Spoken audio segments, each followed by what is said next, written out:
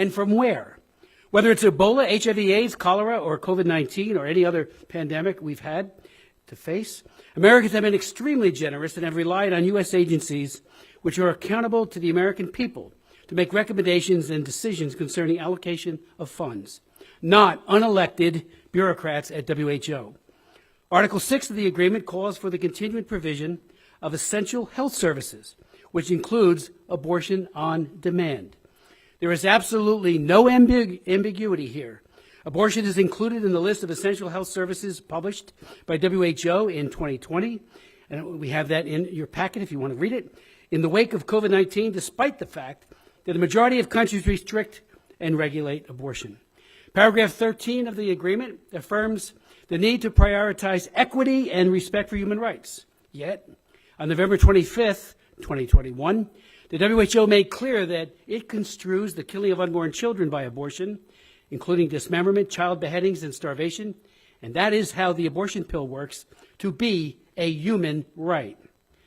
Article 25 empowers the agreement leadership to enter into bilateral or multilateral agreements on issues relevant or additional to the WHO pandemic agreement, close quote.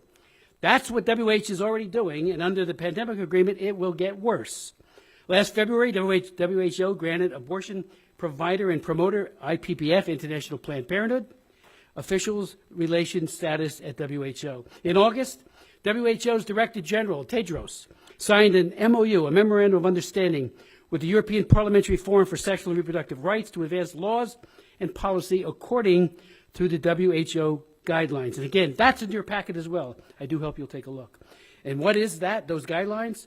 WHO's law and policy guidelines on abortion and this are a supplement to the WHO abortion care guideline, and it proposes creating an enabling environment for abortion and seeks the overturning of laws and regulations restricting abortion, including, get this, waiting periods, parental notification statutes, conscientious objection. In other words, any doctor like Dr. Wenstrup, any other doctor, would not be allowed, if the WHO had its way, to say, no, I don't want to participate. And then they have no gestational limits. 9 months, all 9 months, the baby is vulnerable to death by abortion. As we meet here today, the WHO Executive Board is expected to vote in May to give another abortion-promoting organization, the Center for Reproductive Rights, official relations with WHO status. This is an organization that, like the WHO itself, lobbies for changes in law and uses case law to promote abortion on demand for all 9 months of pregnancy.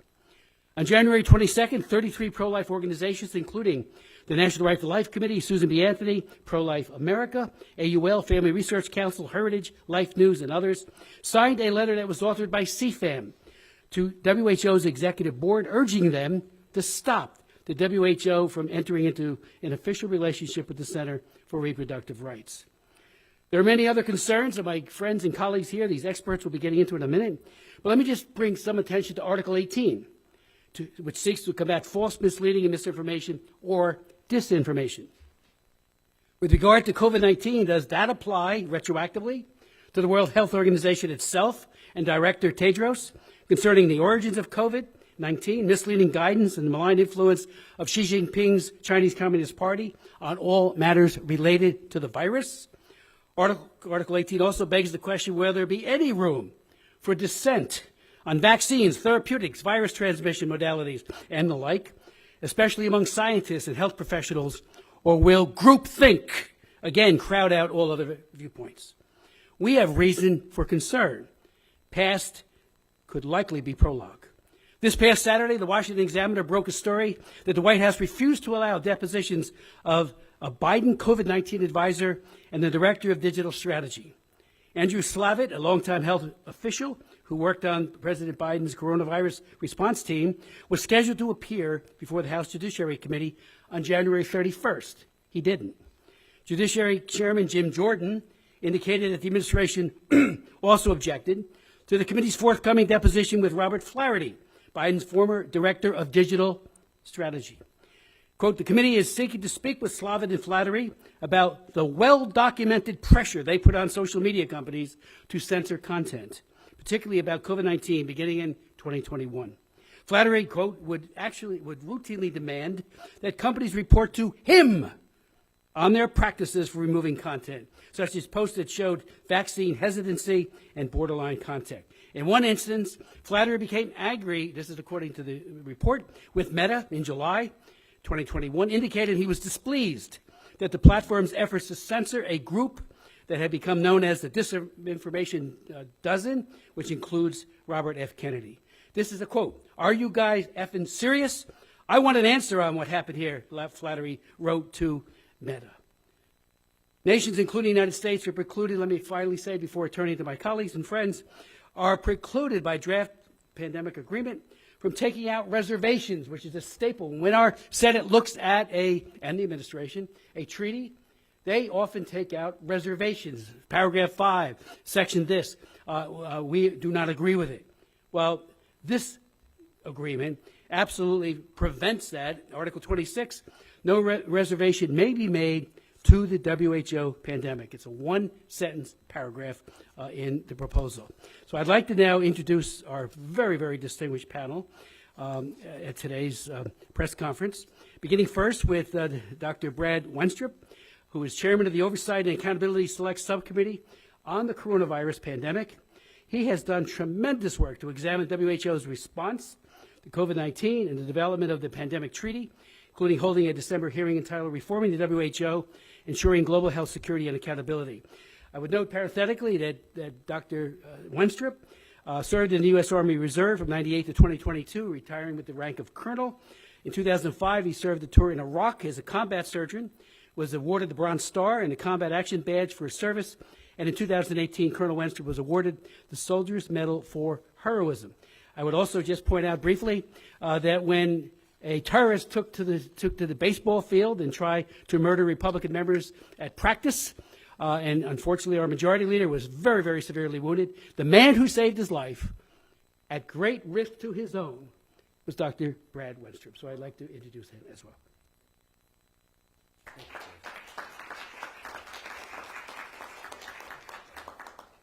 Thank you, Chairman Smith, and I appreciate those kind words. Look, the COVID-19 pandemic showed the world that the WHO, the World Health Organization, is not the preeminent global health institution that perhaps it once was.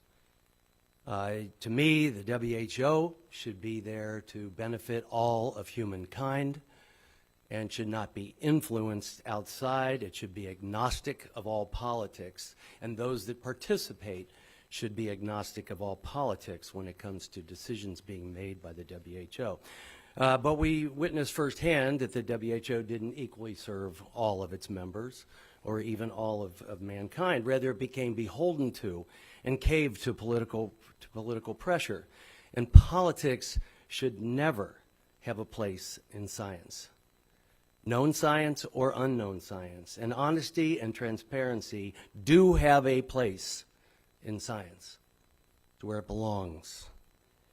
When the WHO needed to step up and help the world navigate this unprecedented event of a novel coronavirus and a global pandemic, they instead ignored facts. They parroted back some of the narrative the Chinese Communist Party told them. And that's what we got. So instead of conducting their own independent investigation into the origins of COVID and helping everyone keep safe as best we can, they listened to Chinese propaganda and produced a pandemic origins report with the CCCP. So as was said, I chair the Select Subcommittee on the coronavirus pandemic. And I got a letter from the Chinese embassy saying it was a grave mistake for this committee to be searching for the origins of COVID. Well, all these actions, these are not actions of a properly functioning, transparent, nonpartisan organization like the World Health Organization should be.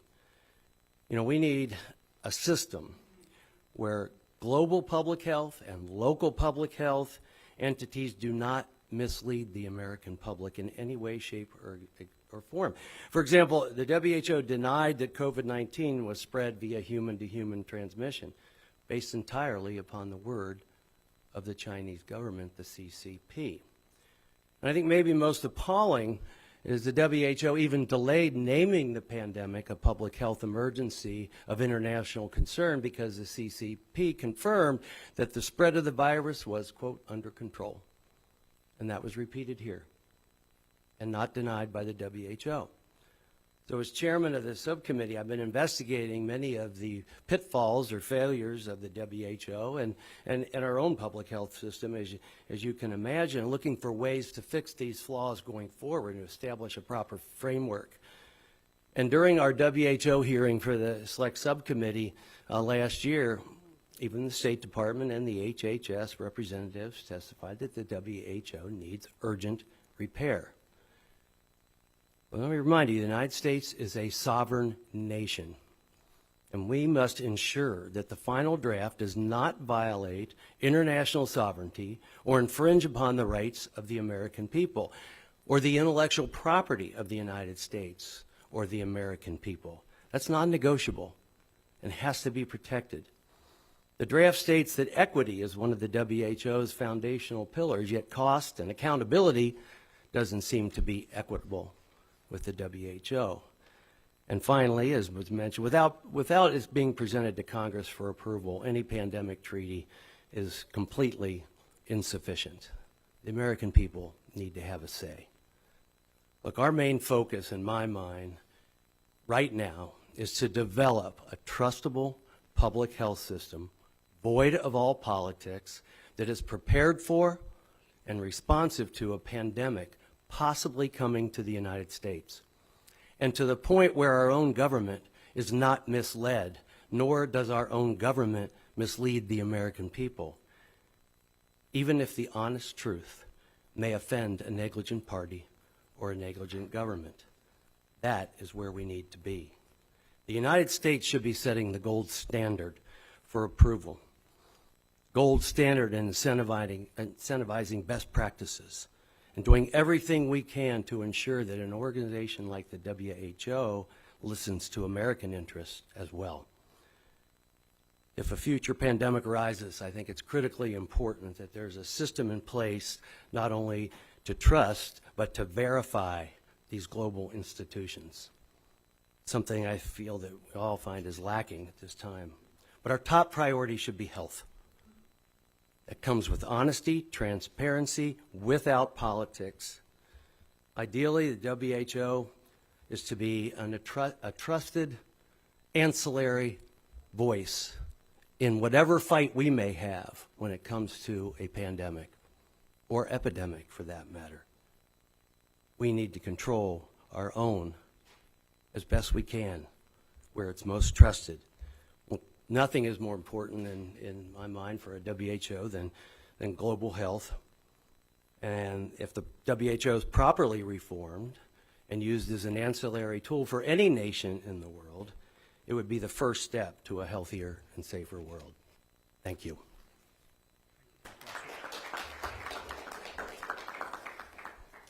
Thank you, Dr. Wenstrup. I'd like to now introduce Ambassador Andrew Bremberg, who's currently president of the Victims of Communism Memorial Foundation. Previously he served in Geneva as the permanent representative of the United States of America to the European Office of the UN under the Trump administration. Dr. Wenstrup.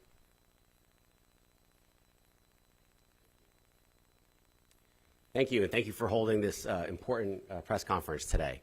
The discussion of the WHO pandemic treaty is vitally important to Americans and everyone around the world. As Representative Smith mentioned, I had the honor to serve as the U.S. ambassador to the UN in Geneva before and during the first year of the pandemic.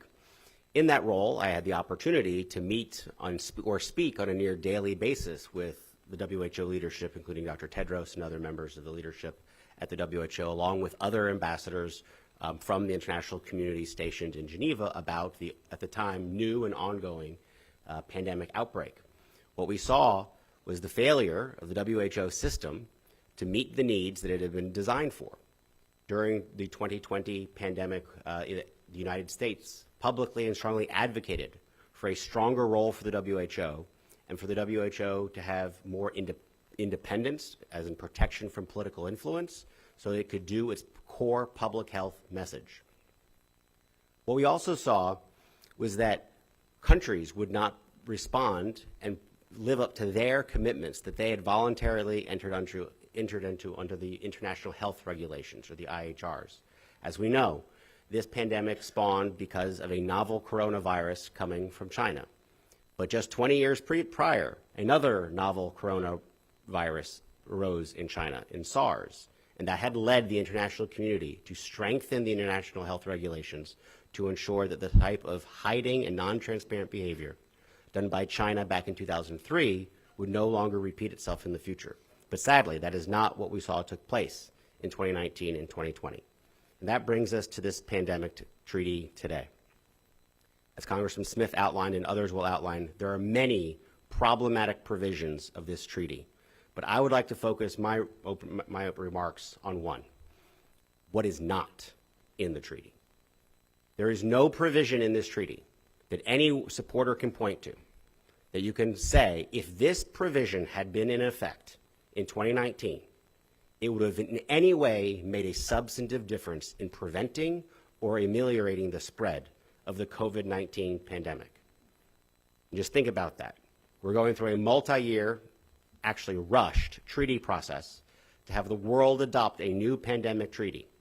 And there is not one provision in there that would have actually dealt with the most important issue: the lack of accountability and transparency by the People's Republic of China in disclosing vitally important epidemiological information at the time it was known that could have helped the world, both the United States, other countries on a bilateral basis, and the WHO as a multilateral entity, better prepare and deal with the epidemic that was spreading in China to prevent it from becoming a global catastrophe, ones that cost trillions of dollars, hundreds of millions of cases, and millions of deaths.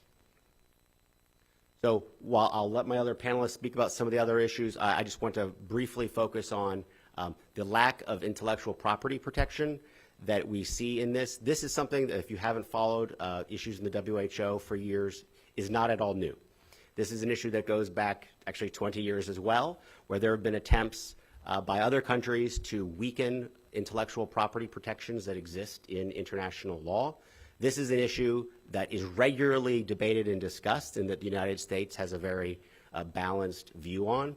This is typically addressed in the World Trade Organization, which makes sense in the context for how these issues should be dealt with, not in a health treaty where we're trying to deal with what health resources we need to have ready, what commitments we need by member states to provide both resources and information. So I just want to focus on that point as I close, and remind everyone that, as it was already said, this treaty, if entered into, it would have the force of law, could have huge impacts on the United States, and of course would build a larger WHO bureaucracy, which unfortunately, as we saw after 2020, failed the last time. So with no new accountability for either member states or for the WHO, it's vitally important that the United States not adopt this new pandemic treaty. Thank you. Thank you very much, Mr. Ambassador. Our next speaker is Dr. Monique Wubbenhost, who is an OBGYN and global health expert who served as Senior Deputy Assistant Administrator in the Bureau for Global Health at the U.S. Agency for International Development. She is currently a Senior Research Associate at the Notre Dame Center for Ethics and Culture. Thank you very much, Representative Smith. It's a real honor to be here. And so I'd like to discuss the WHO Pandemic Accord from the standpoint of public health and clinical issues. The WHO Accord is a legally binding document that has as its goal, quote, a world where pandemics are effectively controlled. However, the Accord does not accomplish this and other goals, and it has specific liabilities. Now, as Ambassador Bremberg already brought up, and if we've learned anything from previous outbreaks, and I was in West Africa during Ebola 2014, we learned that WHO's response was hampered by poor communication, a lack of realization of the seriousness of the outbreak, and inadequate action. And as the Ebola outbreak eventually became completely out of control, member states, and particularly the United States, had to step in. We also should have learned that siloed vertical pandemic programs can achieve outbreak control but at significant short and long-term cost in lives and resources. In Liberia, for example, following the intensive efforts to control Ebola, the health system collapsed once international organizations pulled out, and that's a collapse from which the country has not yet recovered. From the COVID-19 pandemic, and we were very much involved with that as the USAID Global Health Bureau was leading the United States response to COVID-19, we learned painfully and at great price the fragility of health systems of both developing and developed countries, and that WHO, as has been stated already, was not able to adequately manage the pandemic response, provide timely and accurate information, or hold member states accountable for their lack of data sharing. And we also learned that pandemic prevention, surveillance, response, and recovery efforts were hampered not only by weak health systems, but also by a lack of effective civil society ownership and empowerment. WHO is promoting this accord when it has not yet demonstrated that it has addressed the institutional problems underlying the above failures. Other issues are that, as stated already, there are inadequate measures in this accord to prevent future pandemics.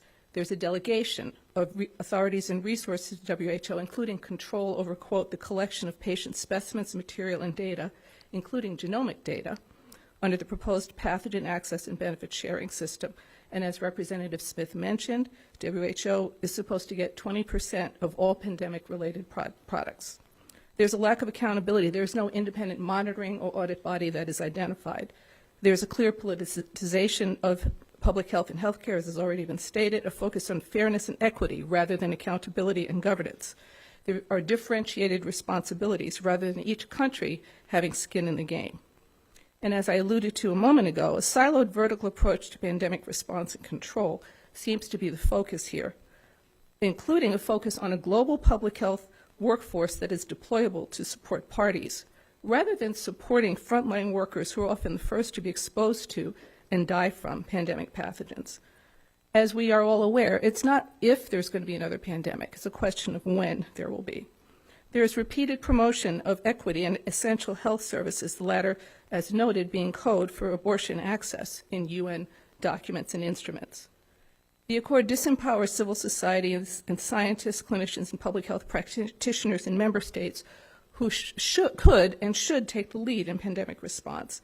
And then it also proposes the creation of a complex, challenging, and expensive global health supply chain. At USAID, one of our principal challenges is supply chain for health commodities. Working with one agency, with one government, the job is massive. And to say that WHO has the resources and the capabilities to supplant other existing supply chains simply doesn't make sense. So there are other key problems. Poor governance, including corruption and mismanagement, are leading causes of underdevelopment and weak health systems. The accord mentions the development of a mechanism, as we've heard, to quote, ensure the fair and equitable allocation of pandemic-based products based on public health risks and needs, without stating what the criteria are to determine this allocation. And so WHO's mandate that states with more resources should pay for pandemic responses in others is inappropriate. WHO does not define the criteria by which a country is deemed to be a developing country, and in fact considers China to be a developing country when it has the second largest economy in the world. Each country, as I said, has to have some skin in the game and take responsibility for its own development journey. So what are the possibilities? Rather than simply ratifying the WHO Accord as it currently stands, there are two possibilities. One, of course, is to push for amendments and revisions, and the other is to consider additional steps that we can take to try to safeguard pandemic response. Among the IHRs, the International Health Regulations, which have already been mentioned, there are numerous opportunities to amend them to provide guidance on the tools needed to prevent or respond to pandemics and how member states should collaborate for pandemic control. This has been outlined in a document by the Congressional Research Service. In addition, language can be added to the IHRs encouraging member states to share data and resources on pandemic response. As I noted, there is no independent monitoring body, which is critical for an endeavor of this size, mentioned in the Accord. And another point is that the IHRs do have the weakness of not having an enforcement mechanism. However, they also should be amended to consider the social, economic, and cultural implications and risks of pandemic response. In their present form, the IHRs do not offer a carrot. Conversely, they also don't offer a stick, and so that language could be added through amendments. Another is to optimize One Health approaches. One Health has gotten a bit of a bad name, but public health veterinarians and others view One Health positively because it focuses in a unique way on the intersection of human, plant, and animal health. For example, biosecurity. Veterinarians might be the first to notice an outbreak of anthrax, which could be a threat to human health. And in addition, there are other pathogens of interest, such as African swine flu and H1N1, which are not necessarily zoonotic, but have an important impact on human health. And so One Health is useful, but it's a two-edged sword. Its politicization has overshadowed its potential benefits. And so using a One Health approach, which has been refined and depoliticized, could additionally build into our pandemic response capabilities. Another important question is that to avoid the siloed vertical approach to pandemic response and outbreak control, pandemic response should be layered onto efforts to build existing health systems resilience. Again, using the example of Liberia, where once the international organizations pulled out, the health system collapsed.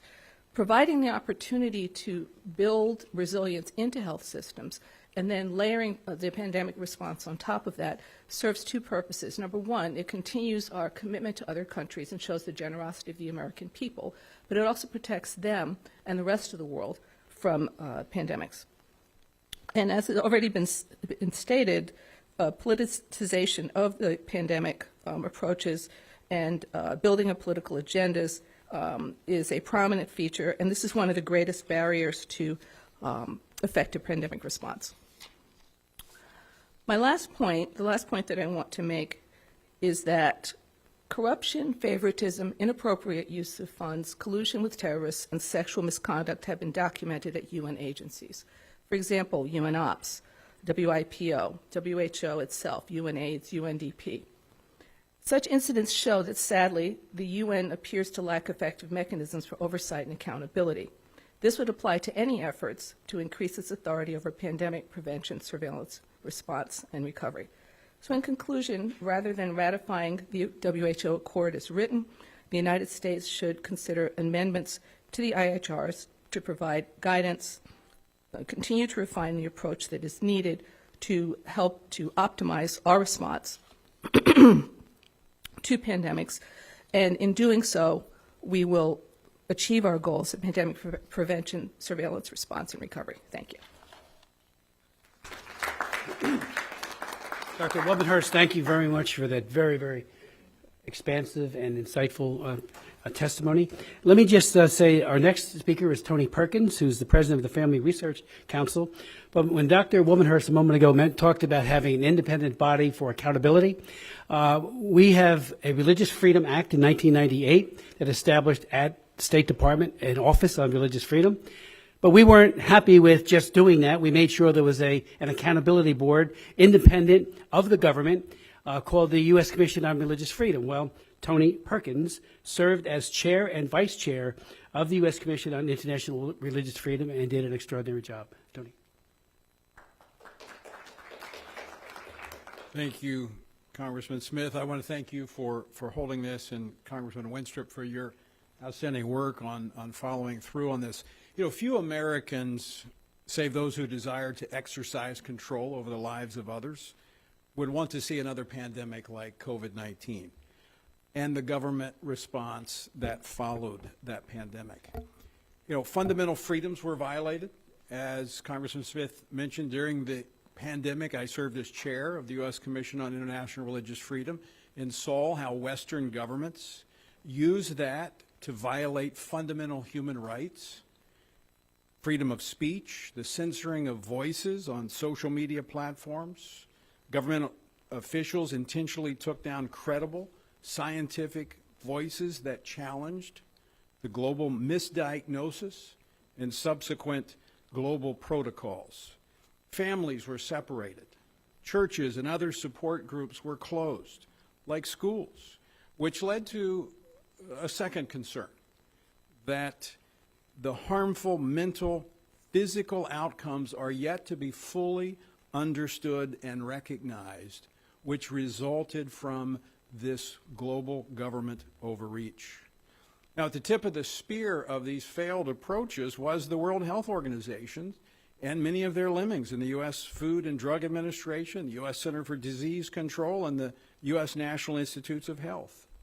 Instead of reviewing and acknowledging its failures, the WHO seeks to submit its disastrous approach to the entire world as the way forward in a binding agreement, which by its nature, not its name, but it is a treaty, and it should be submitted to the U.S. Senate and not advanced as it is currently being advanced. Now, it must be recognized at the outset that the draft agreement is first and foremost a global, political, economic, and social manifesto. Now, I will admit that I may get a couple of the points wrong because it's like trying to nail Jell-O to the wall.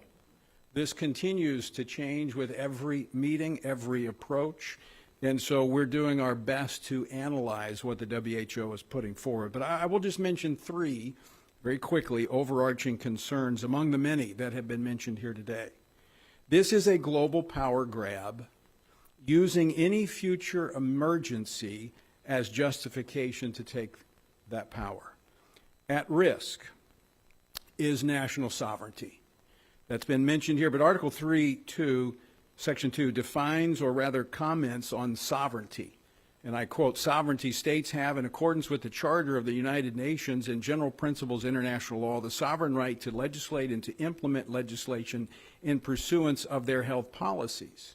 But you continue to read, the draft agreement informs us that states can legislate and implement legislation, quote, in pursuance of their health policies, but only insomuch as they act in, quote, in accordance with the Charter of the United Nations and general principles of international law.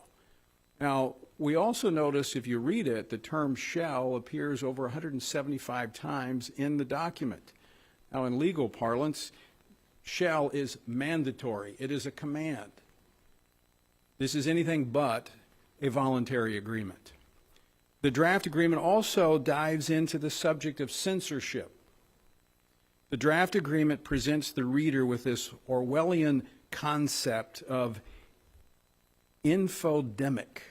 It's their term. Article 1, subsection 3. Infodemic means too much information, false or misleading information in digital or physical environments during a disease outbreak. It causes confusion and risk-taking behaviors that can harm health.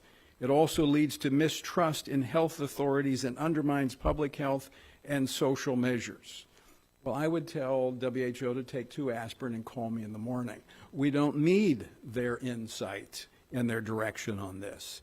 Censorship is at the very heart of this entire document. I don't know about you, but I have a greater trust in the American public collectively than I do the experts. Censorship is more directly addressed in Article 18, Section 1 of the draft agreement, Communications and Awareness. Quote, "The parties shall strengthen science, public health, and pandemic literacy in the population, as well as access to information on pandemics and their effects and drivers, and combat false, misleading information or disinformation." Combat, not counter, but combat. That is a very clear term with connotations. In other words, shut down those who challenge the approved experts. We have a Supreme Court case right now in this country based on how the Biden administration did just that during COVID-19 coming out of the state of Missouri. Number 3, and finally, the draft advances, building on what the doctor said, a vague One Health paradigm, which, quote, places us in an interconnected and interdependent relationship with non-human animals and the environment, end quote. A One Health approach, according to Article 1, Section D, recognizes the health of humans, domestic and wild animals, plants, and the wider environment, including ecosystems, is closely linked and interdependent. What this has to do with stopping future pandemics is unclear, but it could come in handy to declare a climate crisis if the planet is a patient on the same moral plane as the people who inhabit it. Now, I'll close with this. It's unlikely that archaeologists will ever uncover the planning and zoning agreement from the Tower of Babel. But if they do, I would imagine that it does not differ much in the scope of this attempt at global governance. Thank you very much, Tony. Our next speaker is Brett Schaefer, who joins us from the Heritage Foundation's Margaret Thatcher Center for Freedom, where he holds the post of J. Kingham Senior Research Fellow in International Regulatory Affairs and has written extensively on the WHO and the current pandemic treaty negotiations.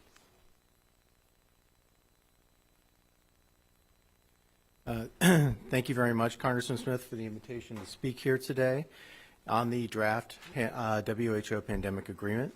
We're all familiar with the failure of the international health system to respond to COVID-19. China failed to inform the international community of the outbreak in a timely manner. China mischaracterized COVID-19, saying that there was no evidence of human-to-human transmission, which the WHO parroted unquestioningly. China did not expeditiously share genomic data about the disease and did not allow prompt, unconditional access to an international team of health experts. China shut down internal travel while allowing international travel, contributing to the spread of the disease. All of this resulted in millions of deaths and trillions in economic harm. At a minimum, you would expect a new pandemic treaty to address these fundamental flaws and failures that were revealed during COVID-19. The current draft does no such thing. Instead, the draft agreement focuses on curtailing speech, as some people have noted here, mandating resource transfers, weakening intellectual property rights, mandating technology sharing, pushing redistribution of manufacturing and production, and empowering the WHO. Specifically, despite the recent failings as revealed under COVID-19, the draft places the WHO at the center of a future pandemic response system through its proposed pathogen access and benefit sharing system, and empowers it to claim and redistribute a minimum of 20% of pandemic-related products for equitable distribution through a proposed global supply chain logistics network.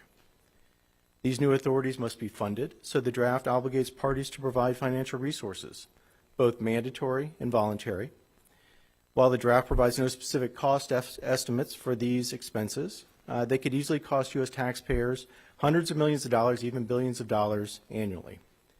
The draft would require parties to support time-bound waivers to intellectual property and use WHO TRIPS provisions to override intellectual property rights, which will curtail future investment in health research, which is exactly the opposite you would want to respond effectively to a future pandemic. Much of the draft focuses on providing special treatment for developing countries, including financial support and policies designed to promote research collaboration. While there are reasons to support these types of activities to help developing countries bolster their health systems, these efforts should be voluntary, not obligatory through a treaty. In addition, because the UN considers China to be a developing country, they will benefit from special treatment and access to proprietary technology and know-how under the terms of the treaty. These are intended to help low-income countries, not the second largest economy in the world, leaving aside also China's history as the world's most preeminent thief of intellectual property. So to put a cherry on top, the treaty also prohibits reservations, which are the primary way for the Senate to express how it interprets specific elements of the agreements that come under it for advice and consent, and where its reservations and declarations are applied, which parts of the treaty does the U.S. consider binding and which ones doesn't it consider binding. So presenting a document to the Senate and prohibiting reservations, understandings, and declarations is an affront to the constitutional process for the U.S. System here.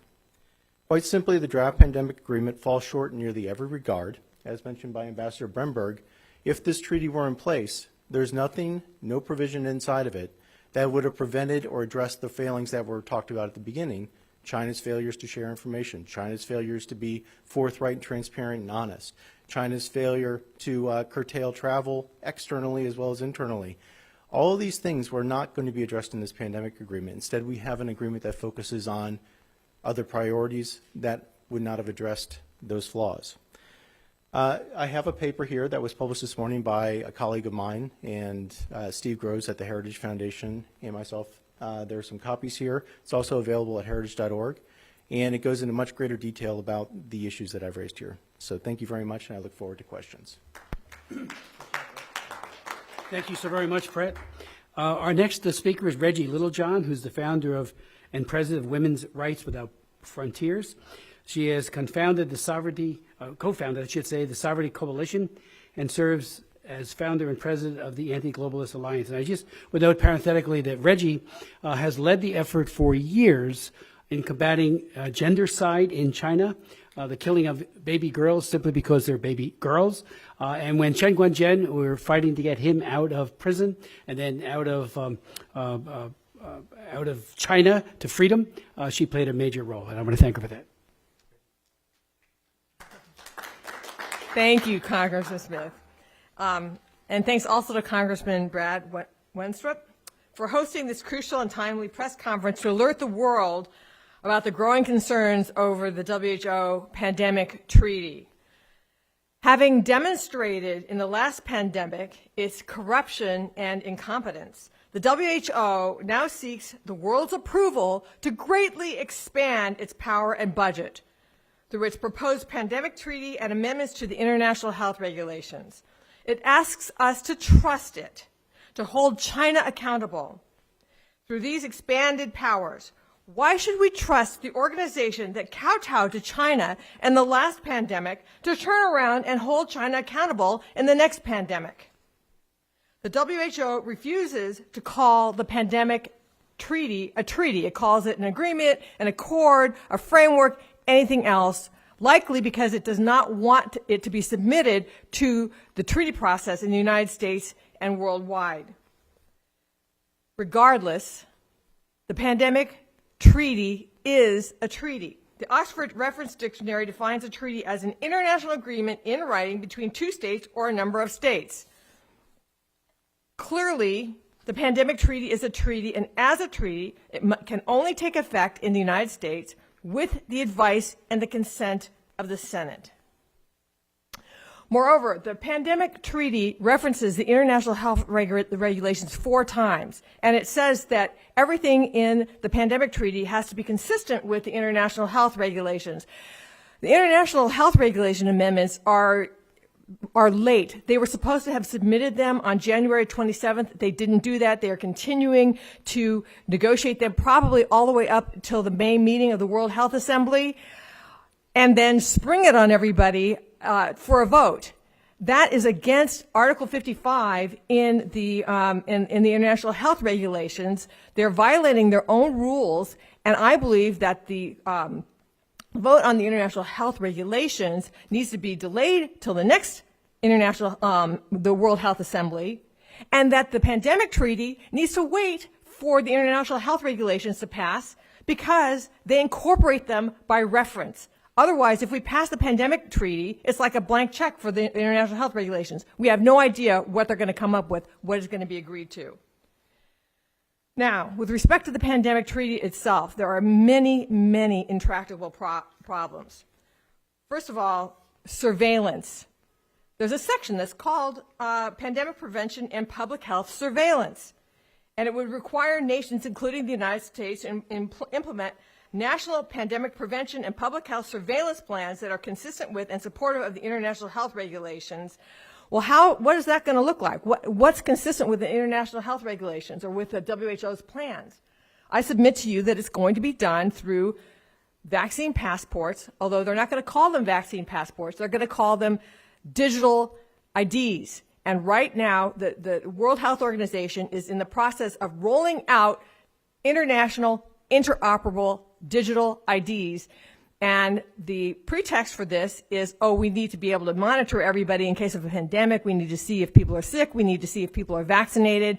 But if you look on the World Economic Forum website, there's a chart about what you're going to have a digital ID to do, which is access health care, travel, have a bank account, shop online, pay your taxes, vote.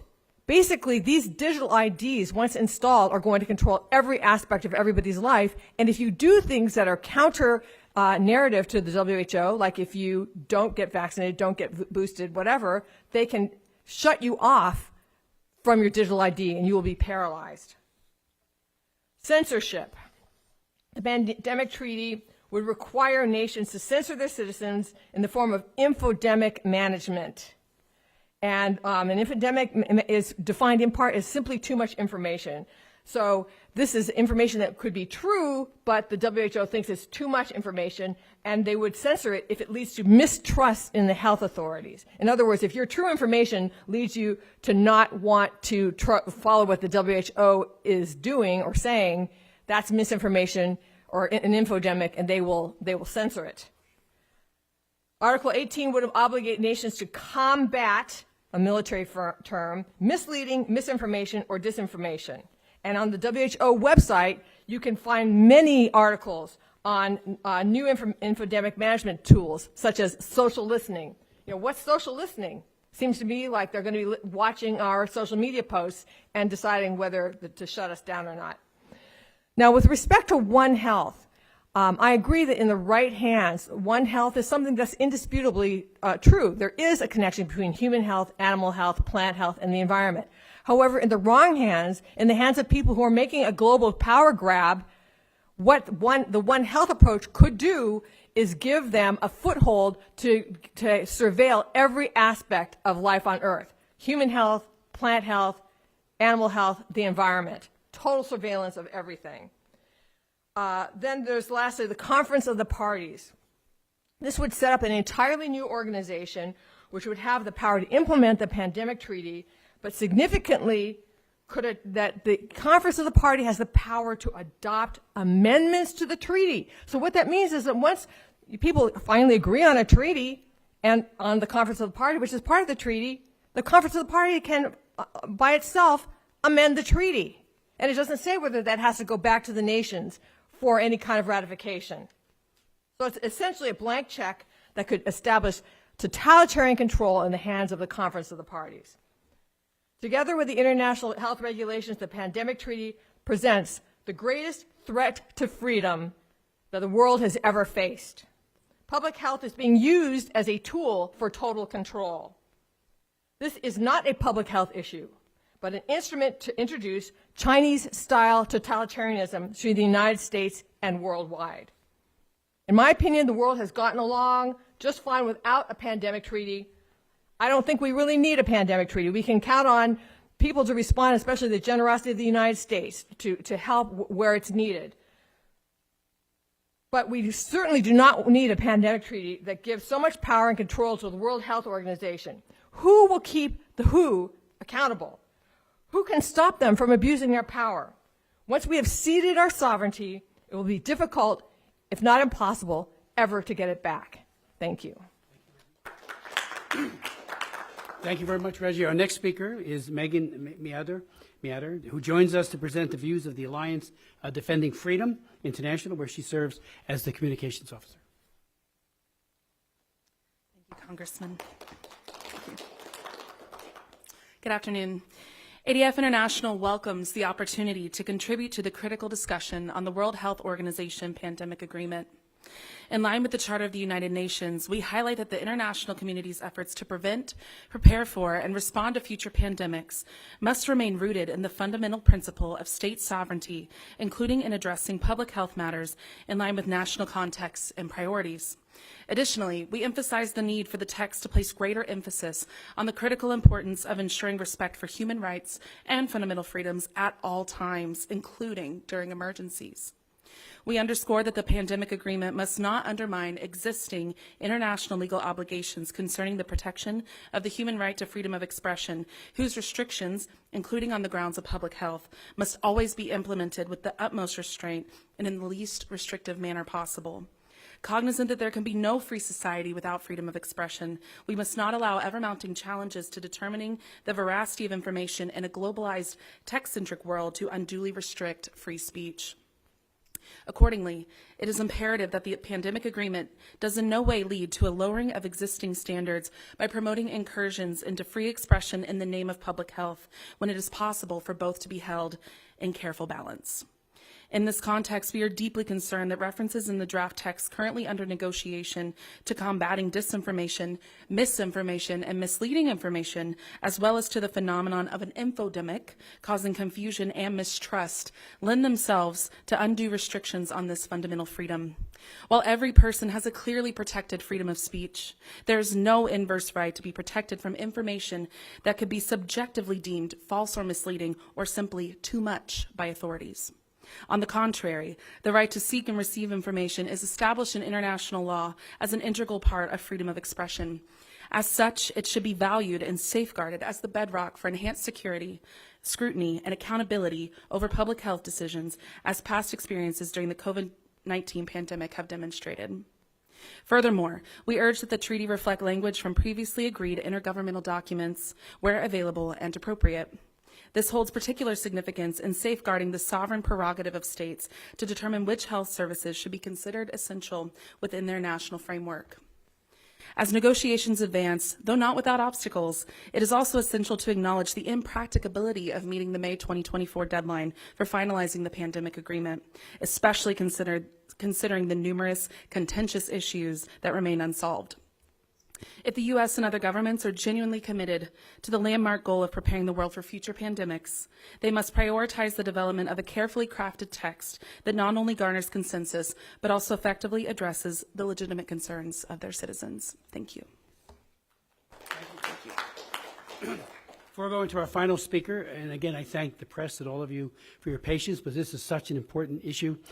We do have a broad variety and a diverse group of people speaking to this with a lot of information.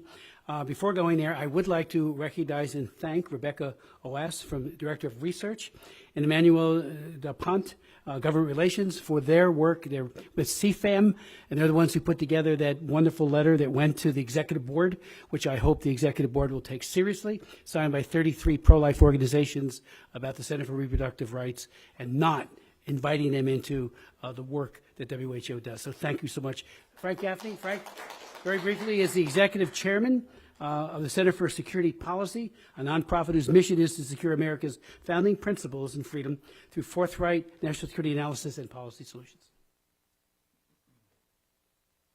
Thank you, Congressman. Thank you to all of you, and especially to Congressman Wenstrup. These gentlemen are responsible for 2 of the 3 events I'm aware of that have looked at this set of negotiations at all. And if you take nothing else away from what my colleagues have shared with you, it is there's a lot to be concerned about. And it's not just this treaty or framework agreement or whatever they're going to call it. It's also these underlying international health regulations.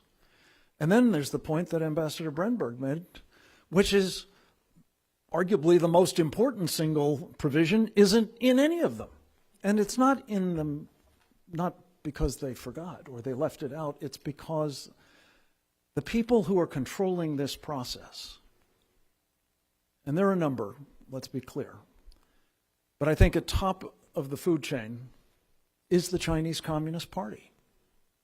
And the Chinese Communist Party wants no part of any kind of arrangements that even technically, legally, would impose upon them some obligations to be transparent, to be accountable, to prevent doing in the future what they did in the past, to avoid imposing on the rest of us through their handmaidens at the World Health Organization the China model, which has brought us such horrific consequences.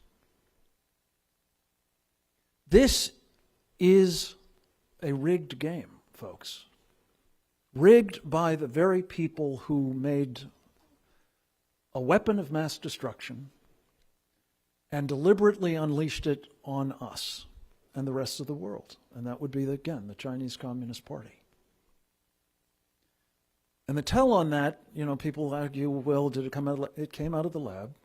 How did it come out of the lab? Well, we're not entirely sure. But what we are sure about, as several of my colleagues have said, is it came out of China deliberately. When they weren't allowing people from Wuhan to go anywhere else, they were sending them here, and Italy, and in other parts of the world. Why? To spread the biological weapon that had been created in the Wuhan lab. And I think this is the evidence that Congressman Wenstrup's committee has been developing so powerfully.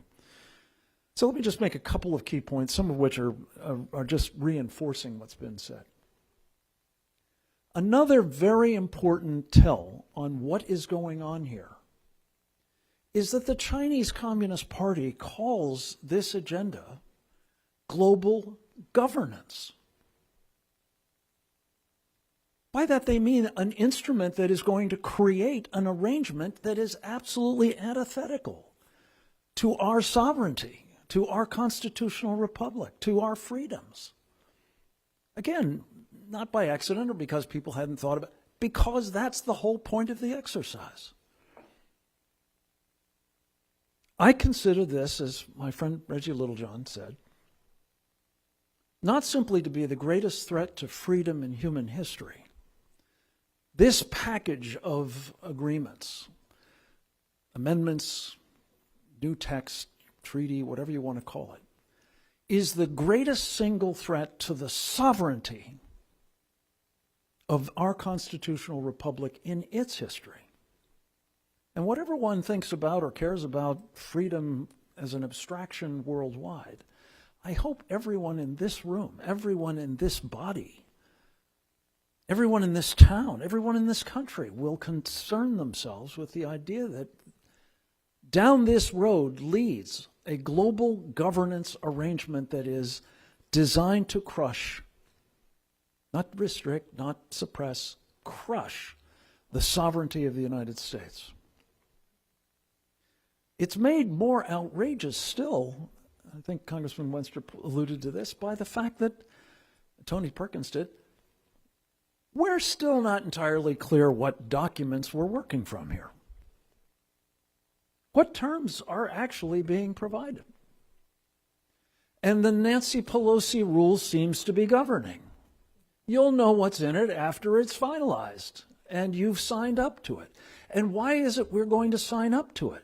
Because the Biden administration is determined to do all of this. Which brings me back to a point that several of our colleagues have talked about. This isn't, by the way, folks, just about pandemics. This is about anything that Tedros Ghebreyesus, the Chinese communist proxy, who runs the World Health Organization, decides is a, quote, public health emergency of international concern. Congressman Smith, who I admire tremendously, talked passionately about abortion being a public health emergency of international concern, according to the World Health Organization. What is so worrying about this? Wherever you come down on abortion, is that they're not only able to declare it that, they're able to dictate what must be done about it. Ditto, whatever you think about transgenderism. Is transgenderism a public health emergency of international concern? Well, Tedros Ghebreyesus thinks so. Is climate change? Yes, he thinks so. And it was all about it at Davos, as you may have seen. And then there's another idea that I think most Americans would find, not all, not the Biden administration, but an awful lot of Americans would find abhorrent, and that is the idea that gun violence, as it's called, is a public health emergency of international concern, and Tedros Ghebreyesus will take it to the bank, come up with a directive, if he is given the powers that this document or the two documents would afford him, to confiscate the weapons held by private American citizens. Now, again, that's, I think, a pretty direct affront to the Constitution of the United States, as well as, I would argue, the safety and well-being of our people. We've heard about censorship. I won't repeat that. I think that's an obvious, outrageous idea. Free speech is imperiled by this arrangement. And again, the Biden administration has tried to do this on its own, as we've seen. I think you were mentioning that, Congressman. But how convenient to have some international body that there's no appealing, there's no accountability, there's no control over, dictating that we will be silenced. And when I say we, I mean you. I mean you going to your doctor, or your doctor for that matter, who may want to prescribe something that I'm sure Brad Wenstrup would back in the day, which is a cheap, effective, safe, readily available therapeutic that could be given early to people and prevent mass destruction. But that wasn't part of the World Health Organization plan. Partly because it wasn't part of the China model, partly because Big Pharma and Bill Gates put most of the money or most of the influence into what the World Health Organization does. This is a scandal. But do you want it to happen again? Perhaps under even worse circumstances? Maybe the disease X is 20 times more virulent than COVID? How about that? And your doctor won't have a say in your medical treatment if it doesn't align with Tedros Ghebreyesus. Finally, and I know we've gone long, but I did want to just emphasize, the federal government actually has no constitutional responsibility for public health. Now that may sound incredible, given all the agencies we have and bureaucracy that's been created, but it's not in the Constitution. Who has that right? Who has that power? The states. So here you have a program in which the federal government is about to give away powers it doesn't actually exercise under our Constitution at the expense of states who do and who, as things stand now, have no say in this at all. Well, we have some model legislation that we're hoping that legislatures across this country are going to adopt that is going to tell the federal government on the one hand and the World Health Organization, you're not taking away our rights to protect our people and their public health. Lastly, Congressman, what makes this of tremendous importance is that this body, the United States House of Representatives, has done the right thing. In one of the few annual appropriations bills that has been adopted for foreign operations, it has zeroed out the funding for the World Health Organization. And it is said you're not going to get any more funding if you do not send whatever negotiations produced to the United States for its advice and consent. I pray that with all this thrashing that's going on about continuing resolutions and omnibuses and so on, that provision will in fact prevail, because I think it's the only way we're going to spare you, as my colleagues have said, what is hurtling down the tracks at us right now. Thank you. Appreciate you, Congressman. Any questions from the press? Yes. Please identify yourself.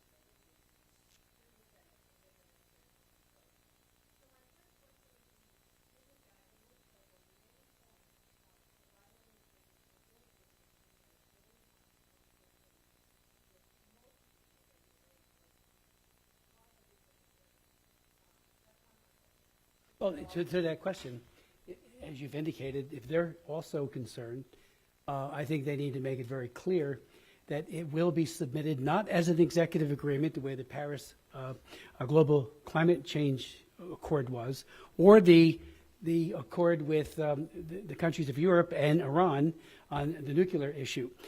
That means that it could be undone by any future president, which makes it very, very unpredictable, to say the least. But the magnitude and the language, and I've read the language, I've read every iteration that's come out so far, and we don't have all the amendments, but again, it is largely a closed process. And then they present something, and I know how the UN works. I was delegate to the UN 4 times in my career. When they do large gatherings and they come up with a action plan, it is negotiated, and then they spring things on people by consensus is all, and everybody goes out, and that's the end of it. That's just the way they do it. So that's what I'm very concerned about here. And then to Frank Gaffney's point about China, I chaired my 99th congressional hearing on human rights abuse by the People's Republic of China on Thursday. We looked at the Universal Periodic Review. China has just gone through that at the UN Human Rights Commission. And you know how they gamed the system? Every country got 45 seconds to raise their concerns about China's egregious violation of human rights. And it's appalling. Right now, Xi Jinping, as we all know, is committing genocide against the Uyghurs. He's continuing his suppression of the Falun Gong, the Tibetan Buddhists, and the Christians. Zionization is just crushing every person of faith. And yet, how did Tedros get his job? He was the hand-picked of the Chinese Communist Party. He got reelected. The U.S., sadly, went along with that.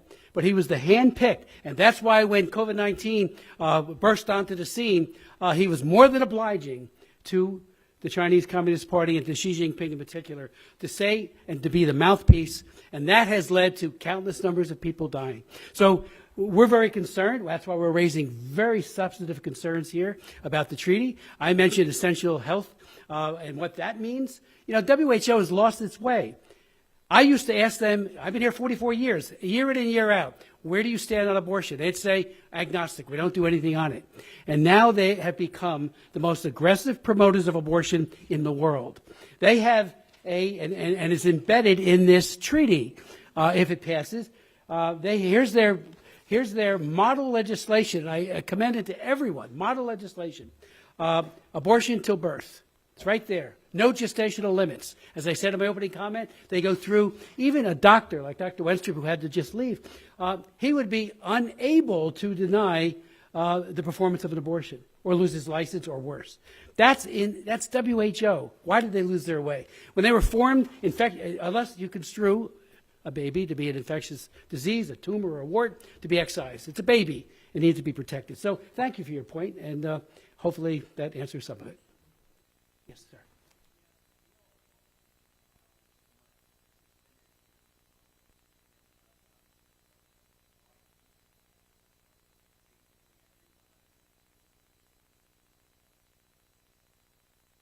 Well, I think part of it is the process. I mean, all treaties tend to be more closed while they're being negotiated.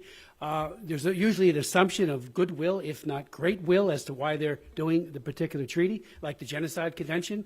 I mean, I've read that top to bottom, talked about it, toiled on China to live up to its obligations, but they don't. Same way with the Refugee Convention and others. But very often there is a great deal of buy-in to what is trying to be accomplished. And maybe some of my colleagues here would like to take a stab at that, but especially our ambassador. Did you want to? Oh, of course. The most simple part of the answer is because the United States has a more difficult treaty ratification process than most other member states. So there's been a recent history over the last several decades to develop new international treaties, but not call them treaties so as to avoid the ratification process here in the United States and in the Senate, whereas other member states can adopt or even ratify treaties without a 2/3 majority votes in a Senate, because they may not even have one. So that's the biggest reason why this has been done this way. We've seen this for successive international agreements going back to for the last 20 years. So this is not a new phenomenon. Just 1 second, please. The reason that nobody is being told what's going on here is because it can't withstand the light of day.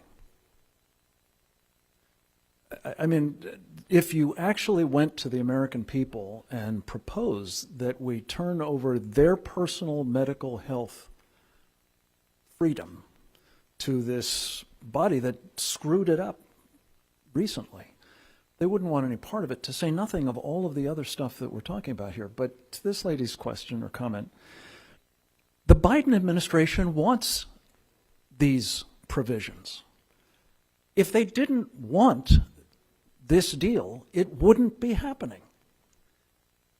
I don't know how else to describe it. And if you think you know what is in this document, my dear, I, with the greatest of respect, will tell you, you probably have the most recent document that is available for your scrutiny. But I don't think that's the same thing as what they're working on at the moment. And you certainly don't have the international health regulations. And those are important too. We've spent most of our time talking about this treaty, but you need to look at both. And you need to look most especially at an administration that, as I said earlier, I believe wants to have somebody else telling it to do what it wants to do, at the extreme peril of our freedoms and Constitution Let me add and something Republic. else too. Reggie alluded to this, and it's very important, that after 2026, the parties can change the contents of the treaty. They could do it by consensus. It's right there in the draft that's pending right now, or by a 3/4 vote. Well, there could be something really serious, really wrong, if we've ratified a treaty and then after the fact, this process allows that kind of, it's not even tinkering, changes, maybe wholesale changes in what the body of it is. It doesn't say it comes back to every country for re-ratification or as a protocol or some other modality where, you know, everyone discusses it, debates it, and then the U.S. Senate votes yes or no. And we've done that with treaties in the past where there was an addition to it.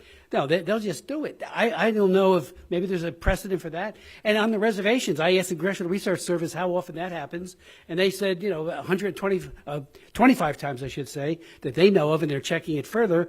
It's important that the U.S. Senate and the executive branch be allowed to say, wait a minute, time out, you've done it all, thank you very much. Now we have the obligation, both legally and morally, to vet this in a way that if we need to put reservations on it, we do it. So, thank you.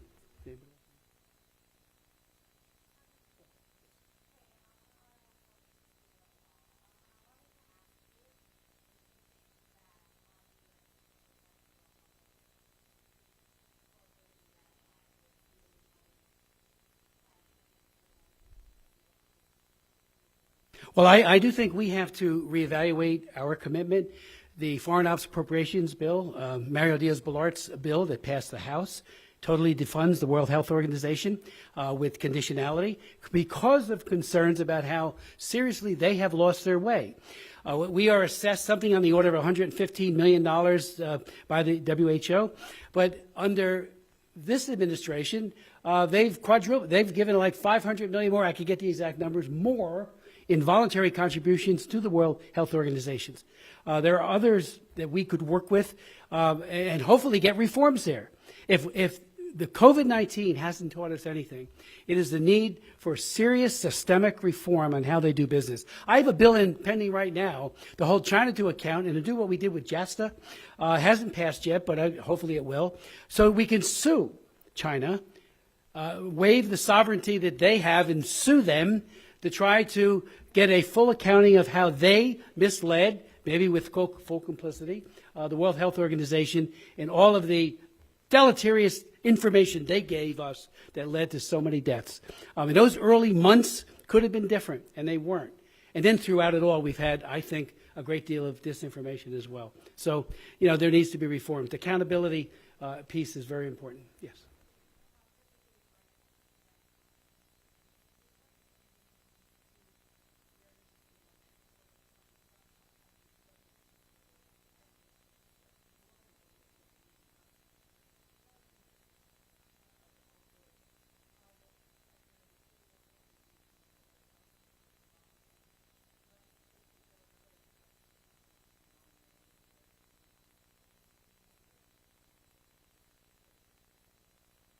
we're going to keep raising questions. Hopefully we'll get answers. But I do think the other countries and their representatives to the WHO Health Assembly and the Executive Board, they all need to do a gut check too themselves about all of this language. I've read this, to my friend's point, I've read this cover to cover 10 times. Yellow highlighted, markings all over it, as well as the other iterations of it previously. Yeah, there's been some changes made, but when you put just language that says we want to be transparent, what does that mean? So to get to your point, I think we're going to keep raising the issues. Where did it come from? That's maybe, Ambassador, any of our friends have a sense of where it came from? It may have come from WHO itself, in terms of an idea, maybe from the United States, maybe a lot of groups. The surface appeal argument is that, why not? Until you look into the details and say it is a serious erosion of our ability to make decisions. I saw with so many doctors, when we were going through the pandemic, it's all I did for a number of months in my own district. And I would talk to emergency room physicians and others who did not like even the guidance they were getting from the CDC during those very, very difficult times. They said, this isn't really true, but if we go against it, we are at risk. The Board of Medical Examiners might take our licenses. There are all kinds of counter, and as I said in my opening comments, there is a group think here that if the group is wrong and you just absolutely silence dissident voices, you get very bad outcomes. And that's what I think what we got. Yes.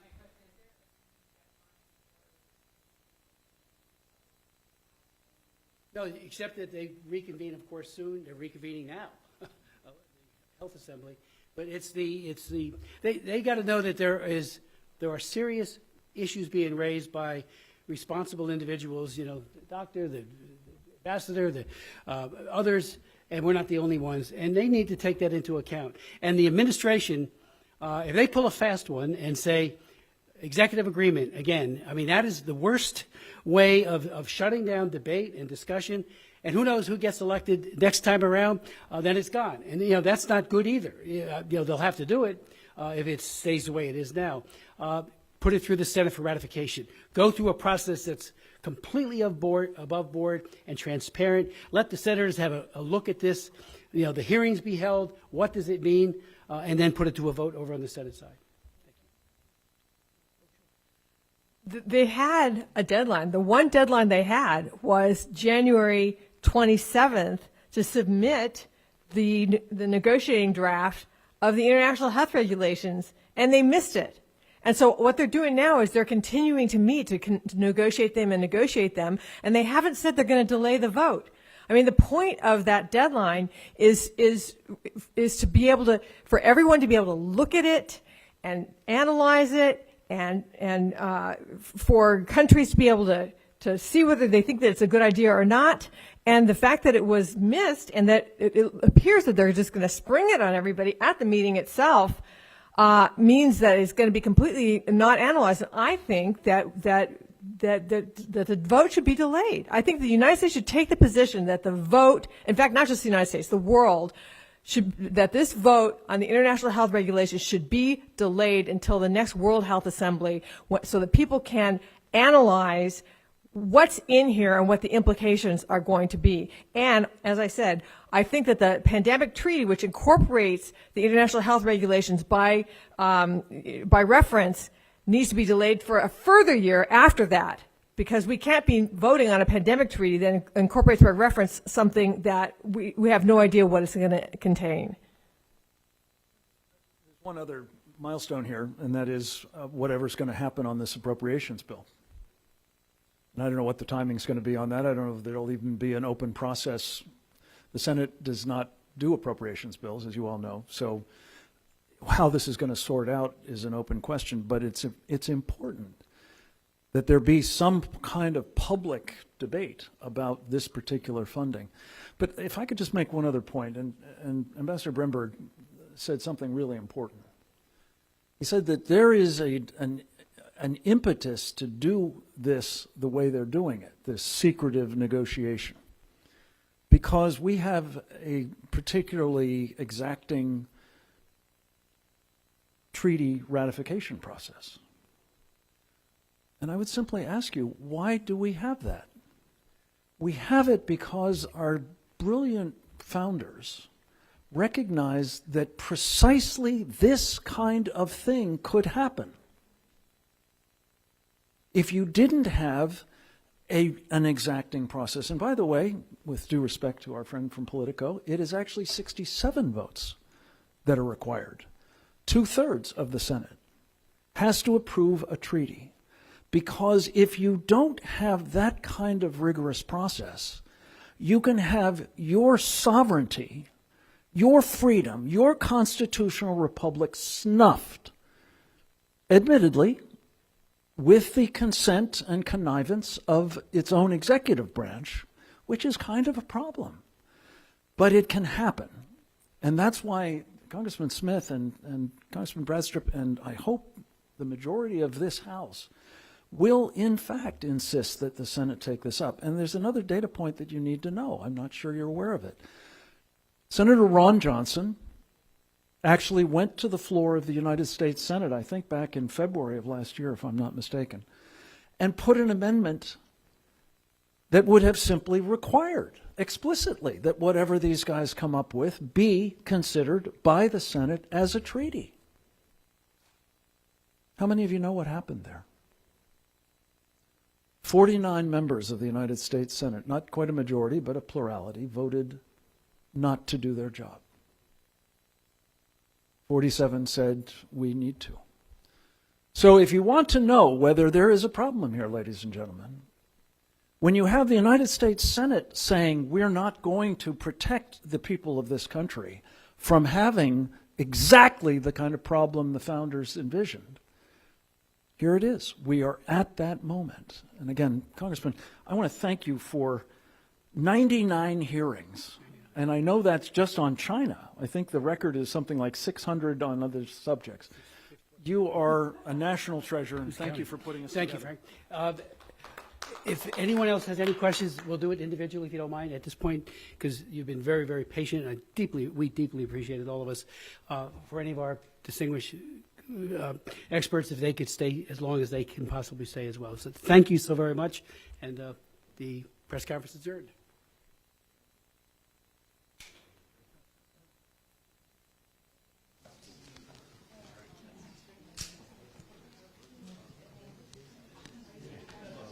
Okay. 做一个2个这样。